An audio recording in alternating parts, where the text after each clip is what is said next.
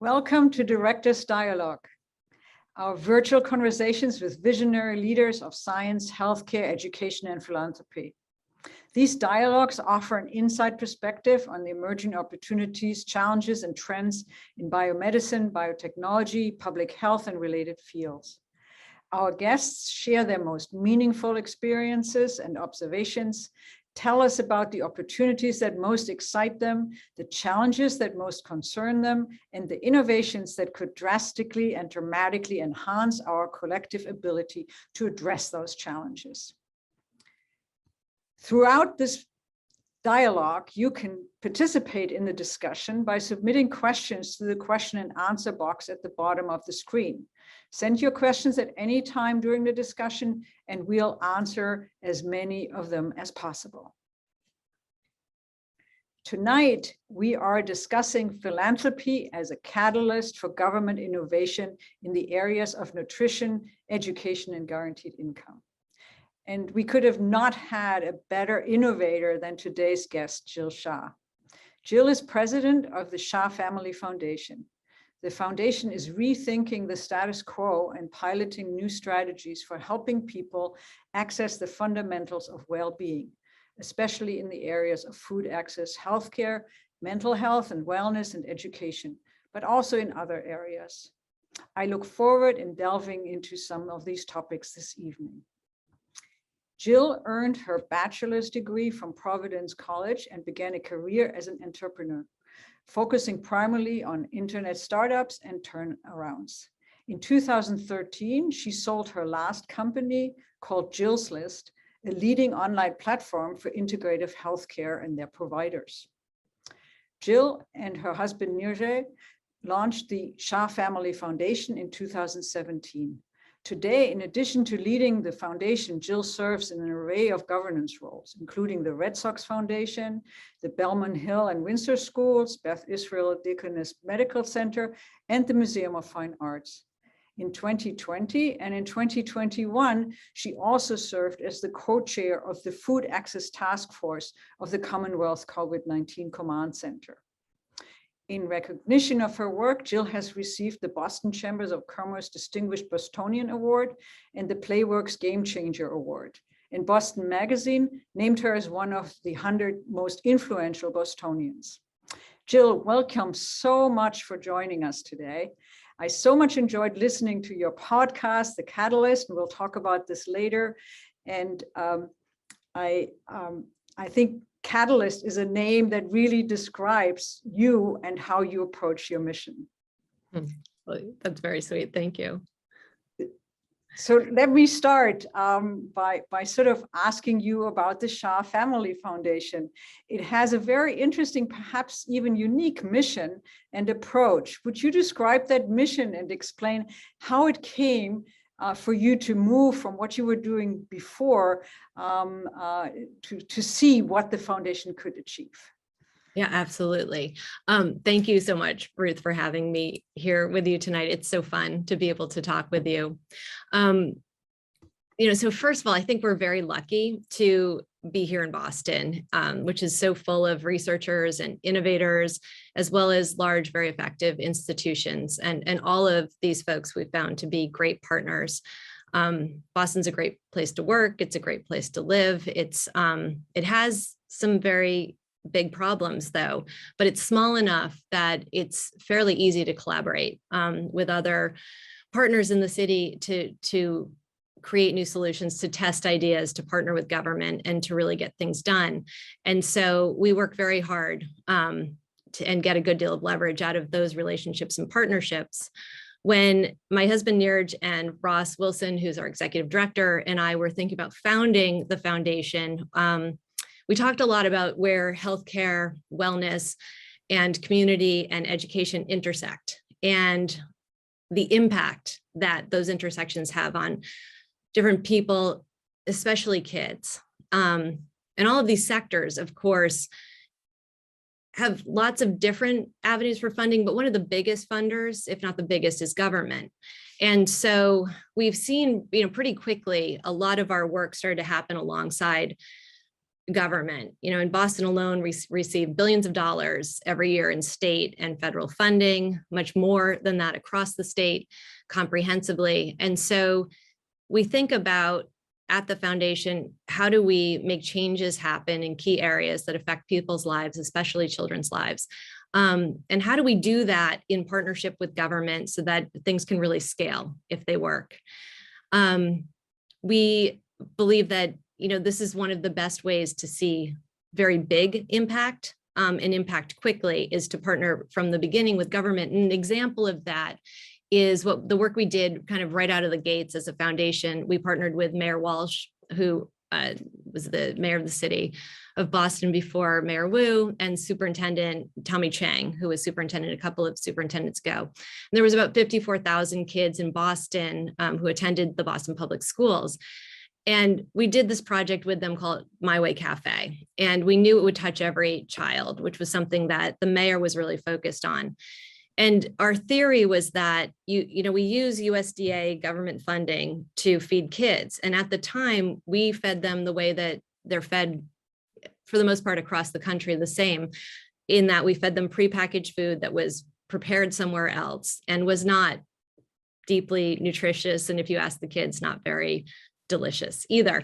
And so we thought, I wonder if there's a way that you could use the same funding, but completely change how we feed kids. And it ended up that you can serve them all whole, real food. You can serve them locally grown food. You can serve them delicious, nutritious meals that they love, that they'll eat. And you can also create more jobs by taking that money back that we spent in other parts of the country and use that here to create more opportunities for folks, sometimes for family members to be in the same schools as their children. So that was very impactful work that's taken 5 years. We've just finished, the city has just finished building out the last kitchens in about 20 schools this past year. And so over 120 schools are now able to feed kids whole, real food every day. And we've also created more jobs using exactly the same funding.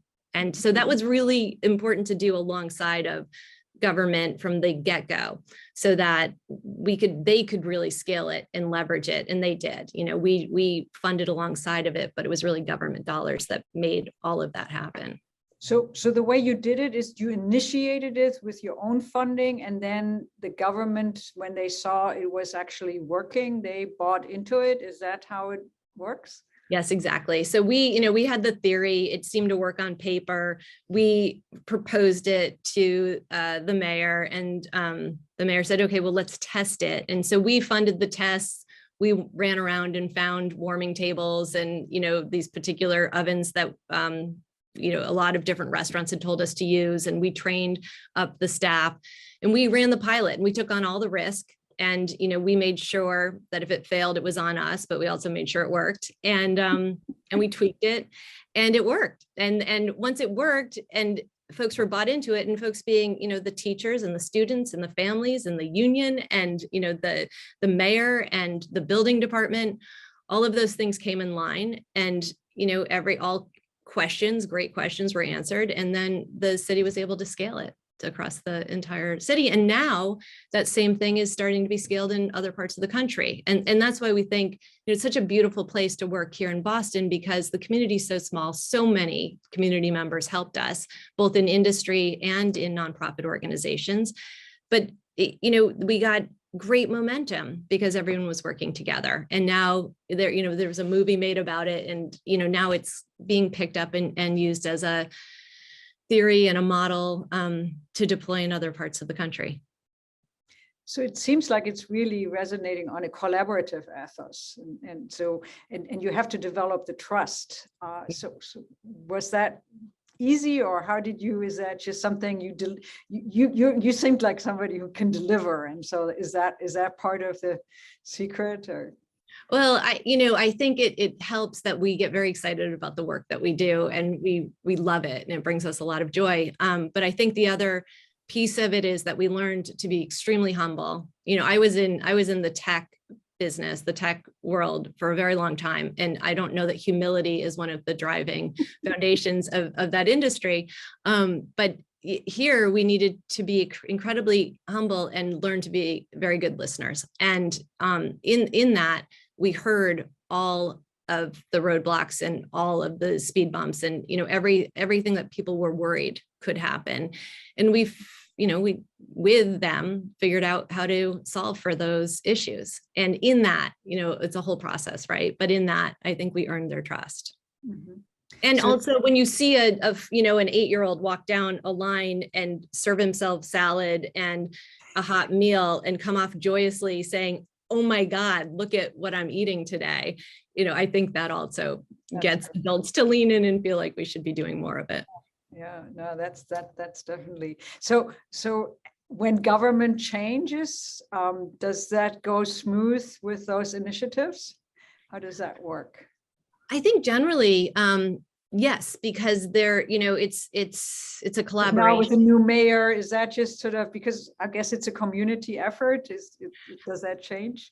Particularly with My Way Cafe. Yeah. I mean, every time there's a new stakeholder, and I think we've had 4 different superintendents in charge of Boston Public Schools since we started My Way Cafe, where we've had 3 mayors, Mayor Wu being the 3rd mayor, overseeing this project. You have to take time to get people up to speed, make sure that they're bought into it, make sure they understand why, it was instigated in the first place, and why it still works today. And of course, the pandemic and COVID-19 threw huge wrenches into this, right? Because food services professionals were hard to find. They're still hard to find. And so we've tweaked and adjusted the model for certain districts to use restaurants to cook for kids. Because we're not able to hire enough folks in the schools. But the focus is always, if you sit and look at things through the eyes of the customer, in this case, the student, the child who, gets most of their meals from school when school's in session, you're able to route the rest of the things, to solve the problem. So when we couldn't hire enough professionals to work in the schools, we were able to partner with restaurants, and restaurants were looking for work during COVID-19 and looking for mouths to feed and for new sources of revenue. And so I think, being flexible and being able to pivot in certain cases is very valuable too. So is that all the food access that you're working on, or is there also other aspects with food that you're pursuing? Yeah, food access for us, I think will continue to be a huge part of what we do at the foundation, what we care about. And we learned a lot more about it during the COVID-19 pandemic. I think, for us, there's really 2 questions, right? In food access, does everyone have enough food? And does everyone have access to the right food to be healthy? I think there's the second thing that happens in the US that we don't talk as much about, because it's harder to talk about, but the fact that really there's a lot of malnourishment and folks who are getting, their food from food pantries and from other sources are not always getting the most nutritious food. We did some work with the Harvard Kennedy School at the beginning of the pandemic to talk to individuals who were suffering and had food access needs. And I'll never forget one story a grandmother told us, who was, she was living on her benefits, but now taking care of several grandchildren while her daughter was still working. And she was feeding all of them using her benefits. And she herself had diabetes. And so she would talk about how she could feed all of the children, but there wasn't necessarily enough really left for her. And so maybe she would have a half a banana, at the end of the day. But if you're someone who's suffering from diabetes, that's certainly not the right nourishment, right, for your health and wellness. And so I think this food access problem is a very big problem. It's wide, it's deep, it has lots of questions around it. There's not a ton of innovation in that space. And we think there should be a lot more innovation. And we think there should be a lot more trust. I'm not sure, to go all the way to the end of it, why we're not just feeding people through the grocery stores and through restaurants and, skipping a lot of the hoops and just funding, everyone so that they can access food that way, because there's lots of money that goes in the direction of food access, but it gets routed in all kinds of places that cause friction, I think, for the folks who actually are trying to access food in an elegant way. Yeah, it's interesting, sort of from a very different perspective. At Whitehead, Mary Gehring is studying also sort of nutrition, and but she's looking at orphan foods. She has become very interested in orphan crops, which can grow in different climates. Yeah. And so because as the climate is changing, right, we have to adopt the crops. And there are some really, really interesting, very, very nutritious crops. Yes. That she's interested in learning more about, and learning how to grow them in different climates. So, and how to scale them. Yeah, I mean, right, it goes all the way back to Hippocrates. You're right. Yeah, I mean, it goes all the way back to Hippocrates, who said food is medicine. And I don't think that's changed much. And so I do think that it's very important, and it's very important to our foundation, that we focus on solutions that help every individual meet basic human needs. You know, food, shelter, and love are critical to the success of any individual. And so those are the things that we really focus on. Mm-hmm.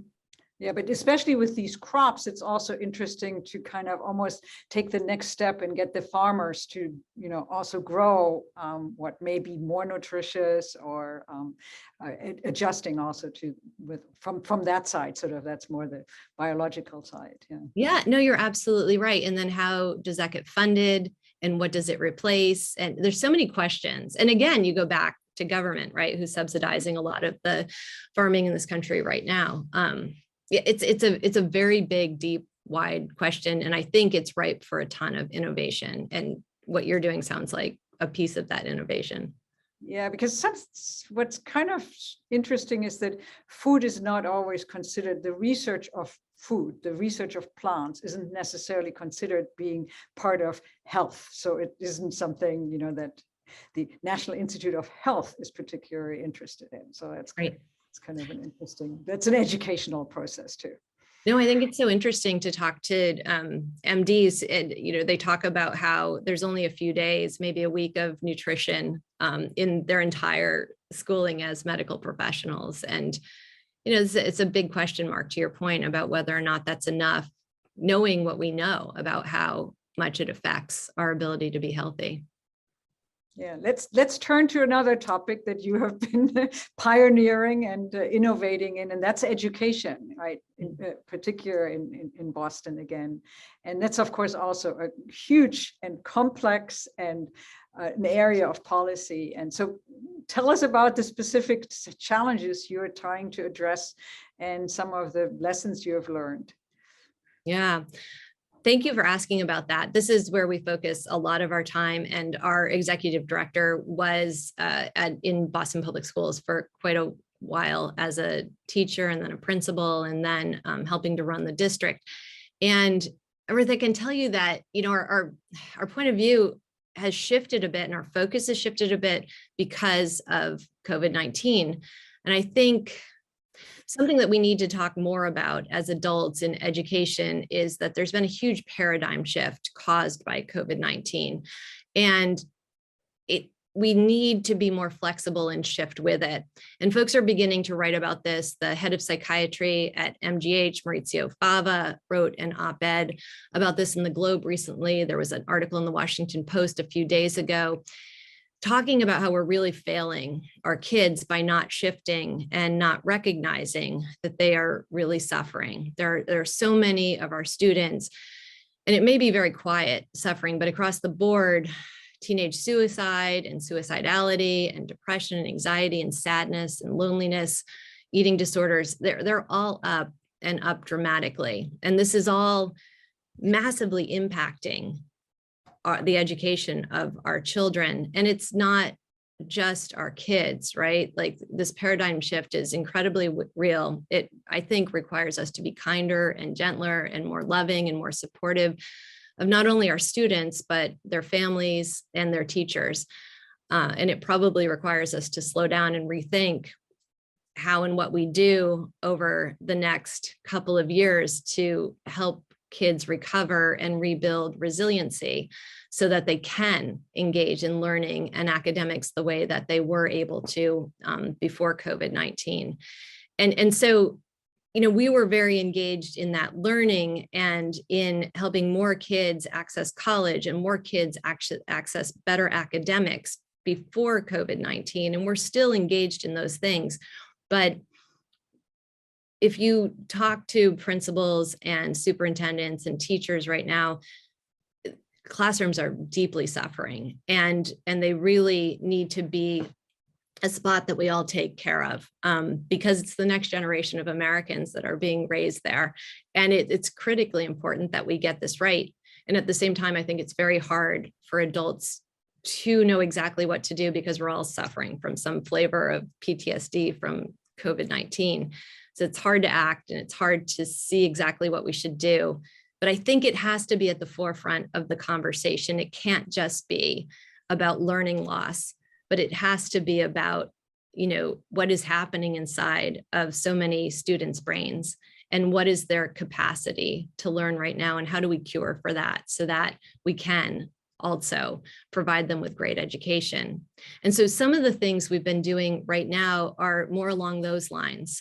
We support an amazing company called EdNavigator, who works alongside pediatricians, and pediatricians prescribe their work so that kids and students who have some sort of developmental or academic needs that haven't been identified yet can they help help families advocate for access to the testing that's needed and for the development of proper learning plans and support.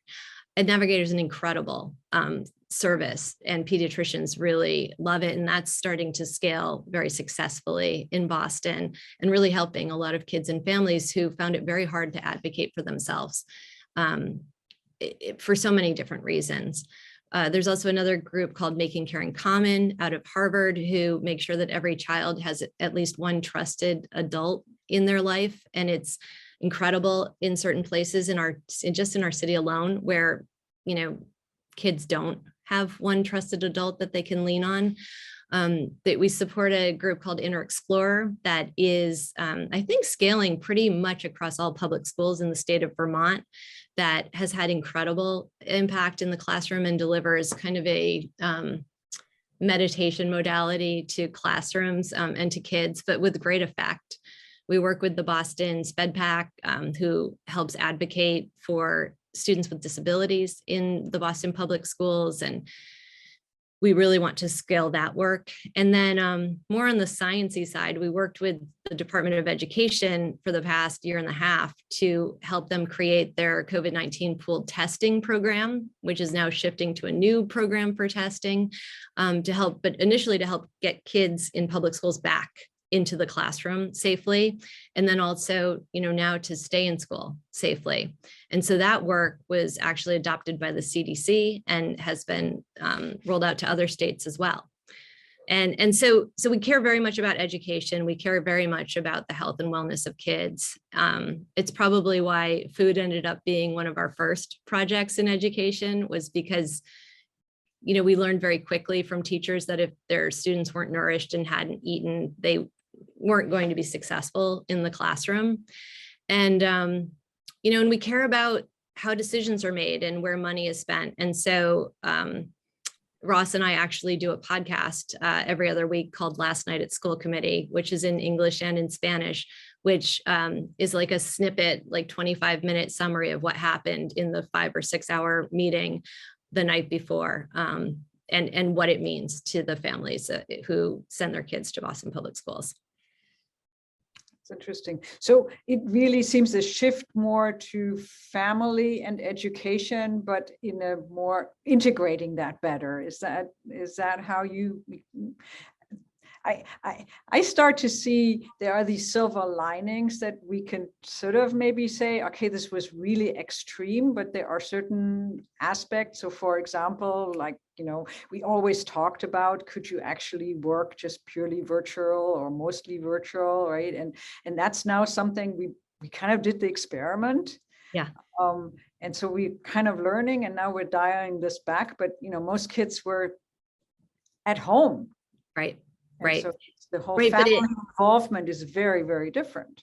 That's right. And I think, it kind of begs the question, or we have to ask the questions, of what worked and what didn't work. If you didn't have a family at home, it was really hard to have a kid at home. If you had to go to work, and, there's all kinds of stories about kids needing to be locked, in at home so that they were safe, and trying to deliver, education to them at the same time, or food, was very complicated, but it was a reality for a number of families in our city and across the country. And yet in other cases, it was transformational to receive, one-on-one, or even in a classroom, virtual classes. And so, and you can reach so many more individuals that way, and so I that's kind of what I think we mean by there. We do need to pause a bit and think about what worked and what didn't work, and what should we be existing in a different paradigm, and not trying to revert quickly to what 2019 felt like for education, but rather take the best of what came out of the past couple of years and really learn from the worst, and help solve for any of the problems or issues that it's caused. So do you think some of the virtual aspects would be helpful to continue? I do. I mean, we're still so early in understanding all of this and understanding what teachers think about it. I think it would be a real waste to just throw it away and put it in the closet. But I can only speak personally. I know my son took a class with Johns Hopkins. He's a high school student virtually this past semester, because the head of the science department was able to negotiate that, because everyone had learned that you could deliver education that way, and that kids could receive it and learn from it. And it was a great class for him. And so, you have to think about, when we're not delivering stellar education in inner city schools, and every child doesn't have the same set of academics being provided to them, are there ways that we could partner with different institutions to get great content into the hands of all students? And how do we use, transformative technologies like Zoom and other, delivery systems to get great content, great teaching to all kids? Could that be viewed as threatening to teachers? I hope not. I think that great teachers want their students to learn and understand that, we know so much more about the brain and neuroscience today than we did even 10 years ago. And so I think great teachers know that lots of different kids learn lots of different ways. And so what we've seen is that teachers really want to embrace what the future of education could look like, and what hands-on learning could look like, and what partnering with other great minds could look like, and thinking about how you can pull those into your classroom, I think, is the stuff that makes teaching really interesting for lots of people in education. We talked to you about this. We have a program at Whitehead where we actually teach teachers about science so that they can learn about science. So are you involved in any of that, sort of to train teachers?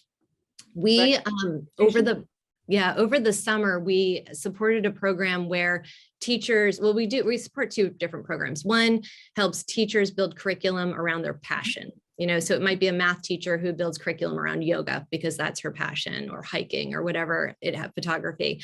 And then we also paired teachers with students so that we were delivering content, bringing great teachers into, into the lives of students who couldn't access them otherwise, and partnering them, with their teachers and with auxiliary teachers to bring them new content. So we're just starting to experiment with ways of doing that, and figuring out where do the collaborations work, and how is it a win-win for everyone.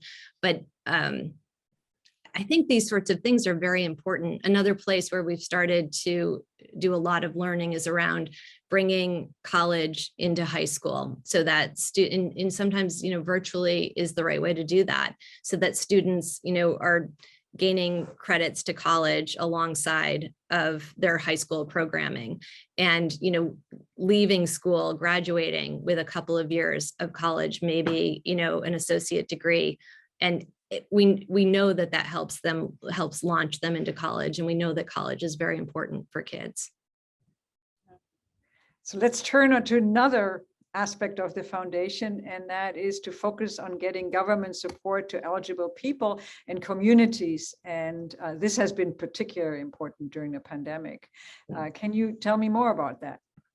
Yes. So yeah, this has been very exciting work for us, and we completely fell into it because of the pandemic. And particularly because at the foundation, we had built this communications engine, because so much of what we do, to your earlier question, is about building trust with the community. And so we've learned how to use communications to talk to parents, talk to families, talk to leaders in different cities and towns, and to really get communities to know about, or to kind of circle around new ideas and support new ideas.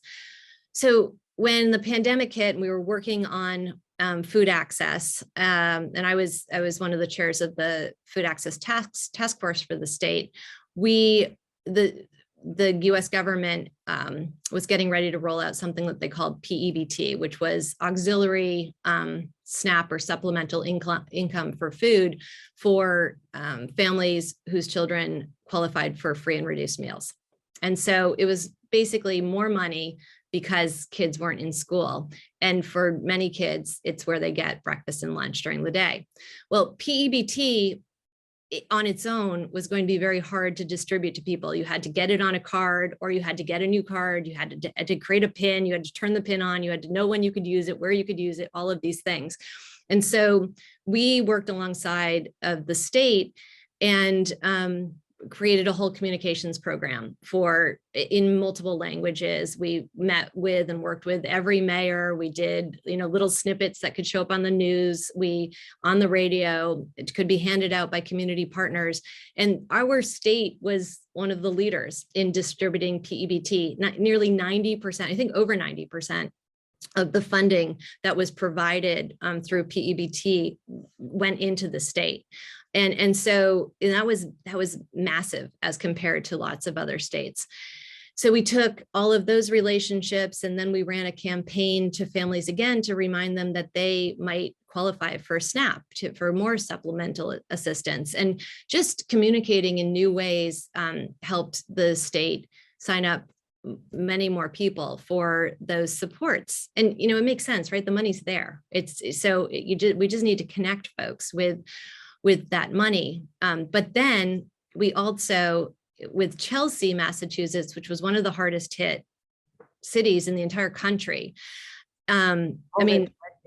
COVID, right, through COVID, right? And the majority of the city was taken out at one point or another, and people lost their jobs very quickly. Many people worked in the services industry and restaurants. And so it was a complete quagmire. And Tom Ambrosino, who's a great guy and who's their town manager, had set up a program where he was bringing truckloads of food into the city and breaking it down into parks and then handing it out to families. And you probably remember the pictures of massive lines and people wrapped around city blocks waiting to get food. And in that, over the summer, Tom, knowing that COVID wasn't ending and knowing that people still were going to need to eat and it was going to get more complicated as things got cold, came to us and said, is there a way we could distribute cash? And we've been very interested in the notion of guaranteed income. And so we were very excited about the idea to help people very efficiently, and also study what happens when you give people cash. Because we thought, this is very transformative. We wished everyone did it. And it would maybe be the right way to distribute lots of different kinds of funding, as opposed to having all of these hierarchies and checks and balances. And so we funded a significant portion of what they called the Chelsea Eats program. We partnered to help him set up the infrastructure to deploy it using Visa cards. And we had Harvard Kennedy School study it. And so what we found is that they're just like us, that people who receive guaranteed income spend it in the same way that you and I would. They spend it on basic human needs. They spent it primarily on food, but also they spend it locally. which was terrific for Chelsea because it created new jobs. It got restaurants to open back up. It helped stores to stay open. And so it really had an incredible effect on Chelsea. And so for us, we think the research is very interesting. The research will be published soon. But we should think about this as a country. Cash, money in itself doesn't have power, right? But the way that it's deployed, the way it's spent can be very powerful, right? That's what dictates how much power money has. And so to just give people cash and trust them, and know that they were going to do, well, we didn't know, but we learned that they would do exactly, we thought that they would do what we would do with it, was a beautiful thing to see. And we hope that there are more programs like this across the country. And maybe even we think about supporting vulnerable folks kind of in general this way. Yeah. So there's a pilot program in California now that's going to be launched. That's right. So do you think there's any discussion in Massachusetts or other states? There's lots of discussion. I'm sure there's discussions, but actually discussions which lead to action. Yeah. No, I hope there's more and more. There's a program happening in Cambridge soon, if not right now.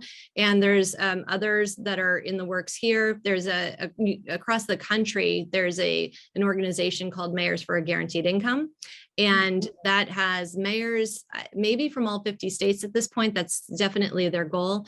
Lots of them who have already rolled out programs and who are rolling out more programs. The thing is that we have to decide when we know enough, because I'm not sure how many more times we need to prove that we can trust people. Every guaranteed income. What's your study? How many people participated in the Chelsea study? So there were 2,000 families who received the money and the guaranteed income, and then there are close to that many who did not. So there are about close to 4,000 families who were in the study. So, but it wasn't just we had read the research prior to it. Our research reinforces existing research. And so at some point, and we saw this with the income tax that was rolled out and is, I think, now ending. But when we give people cash, they do the right thing with it. And so the question is, when should we be giving them cash? And, when do we really need to have all of these checks and balances in place? And it kind of goes back to my point about, why aren't we solving food access by giving people a gift card and letting them go shop at Stop and Shop like we all do? Yeah. Yeah, and they may even shop more local, and coming back to your nutrition point, right? That would be kind of right. Nice. Yeah. So one thing I find interesting is the emphasis on communicating, right? You host this podcast, The Catalyst for Change. Yeah. And I'm sure many people, I was telling you before we started that I was particularly interested in listening to when you talk to all the different mayors. Yeah. And you also have the local podcast that you mentioned last night at school committee. You also produced a documentary film about the Eat Up, about the work helping the Boston schools to shift the meals from prepackaged to nutritious meals. And now you're producing a film about the guaranteed income as well? That's right. Yep. Yeah. So we, I think it's the easiest way to talk about these things is to try to entertain people while we do it. And that was really the idea behind Eat Up. We were approached by a producer who was amazing woman, and Fiona Turner, who wanted to do a film about it. And it seemed like exactly the right thing to do. And we certainly don't look perfect in it. And it shows how gritty it is to get things like this done and to really, work with different entities and to eventually coalesce and make great things happen. And we wanted it to be inspiring. And we know people care about food, and there's lots of parents who think about this all across the country. And so that documentary film has had lots of legs, and we get calls all the time about how do we do it here. We think it's a great way to communicate the message and to also just show that these things can be done. And, and so we think there should be more of it. We do the podcast because the Catalyst for Change we do because we have such interesting conversations where we sit in the foundation, and we want to share those more broadly with people who are interested in things that we're interested in. And the local podcast we did as an experiment to see, there is no coverage of school boards and school committees. Well, there is a little bit now, it's kind of become back in the news, but there wasn't. And we think it's really important that families and students and teachers and other staff in the schools can get a deep dive understanding of what happened in these meetings that really make decisions about how schools are run and that affect their kids. And so that's been a really interesting experiment. And we think it's been very valuable. We've been told it's been very valuable anyway. It's super fun to do. And it keeps us very in touch with what's happening. Yeah, I can imagine. So it cannot be that everything worked, right? You must have had some failures from which one learns, probably more than often from what works. So what have you learned through the process? Yeah. Oh, yeah. I think we fail a lot. and I think my background and your just background as entrepreneurs, you kind of like, that's exciting, right? Because you're pushing the envelope and you're getting pretty close to where you shouldn't go, but where you should go might be right around the corner. And so while we do try to model things out, we do a lot of data, rely on numbers and math and measurements and really scoping things out and making sure they at least work in an Excel spreadsheet before we try them. We're human and humans fail a lot. And so I think what we try to do with that failure is just understand how badly we failed. Is success pretty close and we pivot and we go after it, or do we just not have the right answer? And so we should probably back away and restart and learn more and rethink. And, both of those things have been true for us, even in the past 5 years. That's where data are important. Yes, it's so important. It's so important because, we can speculate about what things mean based on our own lives, but to really solve a problem, you have to understand it from a much bigger vantage point. Yeah. So before we take questions from the audience, I'd like to just quickly circle back to the foundation itself, because it's only been operating for 5 years and it has had a real impact. And I think there are a lot of people who, philanthropists and foundations, who struggle with the impact part. So what have you kind of learned, or what can you transmit to say, how to achieve actually the impact, and what advice could you give? You already mentioned listening. Well, you're very nice to say that we've had positive impact, and I hope that we have, and I hope that we continue to have positive impact in the world. There's so many people in this town, and who I'm sure are on this call, who have had incredible impact on the world. The Whitehead and the research that it's done has had amazing impact on the world. And I think it's really important that we collaborate and learn from one another and work together and listen. But for us, partnerships have been really helpful and incredibly valuable to our work, and research and surveys and market research, and having the right people deploy those for us to help us really get a sense of what is real and what is smoke and mirrors has been incredibly important. And I think being humble and not knowing that there's no way you have all of the answers, or maybe very many of them, but that you can get there with those things is important. And and then the only thing that Neeraj and I know how to be is entrepreneurs. And so that's, I think, been important for us in that we have taken that approach. And Ross was incredibly entrepreneurial and a bit of a maverick, in Boston Public Schools, which is how we got introduced to him. And so that approach for us has worked very well. And it's allowed us, I think, to partner with government in the right ways so that we could really create things that were scalable. So I think all of those things, and we set our goals very high, but I feel like we're very lucky to be in the city surrounded by so many brilliant people who have been incredible resources to us. So entrepreneurs always push the envelope, obviously. And so where's the next? Is there another challenge that you see that you would like to address? Maybe you don't want to share it, but is there something you would want to share? So many. I mean, we're building a rocket and no, I'm just kidding. We're not. No, I think for us,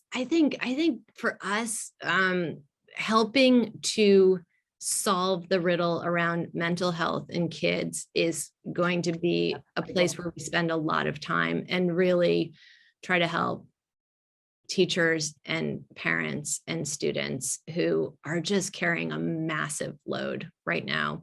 That is going to be very important work for us, and we don't know that much. But again, there are such incredible people in this city and across the country and around the world who are working on this problem. And I think what we can bring to the table is the voice of those students and parents and teachers, and really helping to shape a collaboration between all of this great science and great technical work that's being done, and learning about how to deploy it to real scale and to real effect for our students.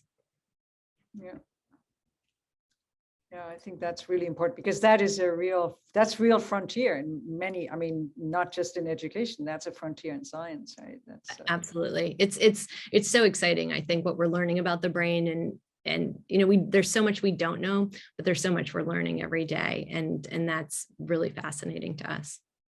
So let's get to some questions.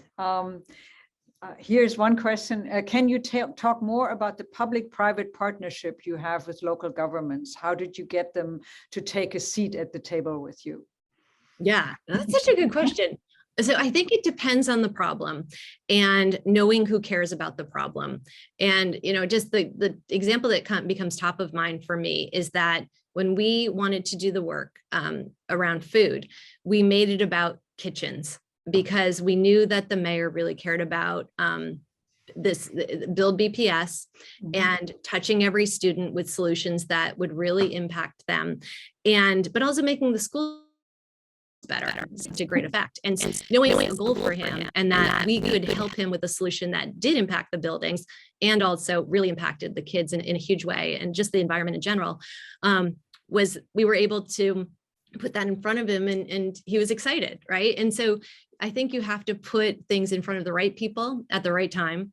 And I think it has to be something that is going to also help them win at something that they're trying to, or help them solve a problem that they're trying to solve for. And so that's one example, but it's all, it's all finesse, and it's all knowing the right people to help you build the case so that when you are in front of the decision maker, that they're really ready, that you've got all of the information for them that they need to say yes and to move forward. That kind of really stresses the local advantage, right? When you know the people actually, and this is kind of the scaling up is. Yeah, I mean, so when we deploy this in Chicago, we're partnered with a foundation in Chicago that is very well known, that has all of those same relationships. And so I think that is the way that we scale things, is we help to build the value proposition for government, and then work alongside them. And I think the other big piece of it is that we always promise to carry the risk. If there's bad news, we'll end up, carrying that load. It's our foundation that will take on the risk of something going wrong and solving for it. There's another great question. What do you see as the biggest challenge to guaranteed income? Oh, it's a big thing. It's a big shift. Like, talk about a paradigm shift in terms of how we care for the most vulnerable in our country. That's another big one, right? We've built up institutionally all of these mechanisms for delivering things like supplemental nutrition assistance and other kinds of supports that have hierarchies and checks and balances and have created lots of jobs. I think it's the same thing in healthcare as well. And so I think it's absolutely doable. I think there's lots of people on both sides of the aisle, actually, who are having those conversations. It's a very elegant way to solve problems. But it means that we would have to give up a lot of control and really trust people. And so over what period of time will that happen? I'm not sure, but we're definitely on the pro side of that. We would like to see it happen. Sort of almost coming to your example with Chicago, there's a question: have you collaborated with leaders from other cities who are trying to achieve similar goals? You clearly have. Yeah. How much will their local political climate impact their success? So Chicago versus Boston, for example. So how is that? Yeah, it always does. Cities, right? Yeah. No, it does. It always does. It always does. I mean, we spent a bunch of time down in another district where everyone internally was very gung-ho, but then it was hard to sell up the ladder, and so deployment ended up looking very different because of what the goals and aspirations were of leadership there. And so absolutely, everything has to shift based on what the goals and objectives are of leadership, and I think also what the climate looks like. I mean, for school food right now and for feeding kids in the summer, it is much easier to deploy a solution where there's relationships with restaurants than it is to hire lots of people to fill jobs in schools, just because of the current climate. And so all of these things always take shifting, both in how you get buy-in from government partners and what the solution exactly looks like, even if the end goal is the same. Yeah. There's another question. Can you talk more about why there is no innovation in the area of food access when funding is available? Yeah, it's institutionally, it's a very old and it's old and deep, and there's a hierarchy that is, I think, very tough to break. But here's, I think, the question that always sits in my mind. We have this very elegant solution that we call supermarkets. Now, that we need more of them in lots of places in this country so that people have easy access to them. But why, instead of helping folks deploy those, roll out more of those and scale more of those, do we send all of this funding into, massive warehouses and lots of places where we store prepackaged food that doesn't go bad? And so for me, it feels like there's infrastructure that's much more flexible than the rigid old system of food banks and food pantries. But why we don't shift funding there, I think, is because there's no program to shift it to. And why there's no program to shift it to is because if you're funding food access and not looking at it deeply, it's very easy to just give funding to food banks because they do get food into people's kitchens. Mm-hmm. Sometimes it's stale, sometimes it's not that good, sometimes it's great. It just depends. And so I think it's hard to break into that system because it's so big and so institutionalized. But I don't think it shouldn't be tackled, because I think there are probably more effective ways to take care of people and to make sure that they have the right nutrition. Mm-hmm. So do you think, because this is also the quality of the food, right, at the My Way Cafe can be really adapted and scaled? And this question is also outside of the US, but yeah, because childhood obesity is, so on the rise, and this seems like a good model where, you start with good food habits early on, and so.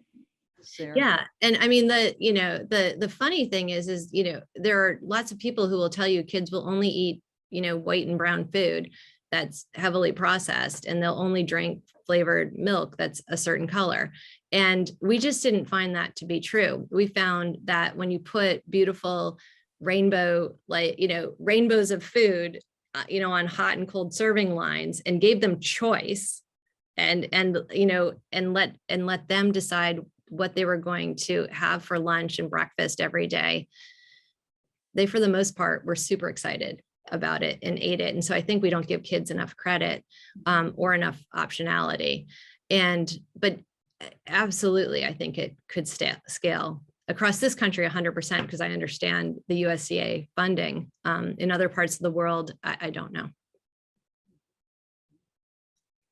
I would imagine there's a way. I think this is, unfortunately, there's so many good questions coming in here, but I think this is probably the last one, which really kind of sounds to me like it's coming really from the heart or from real problem. And that is mom with PTSD from virtual learning with a young student on IEP.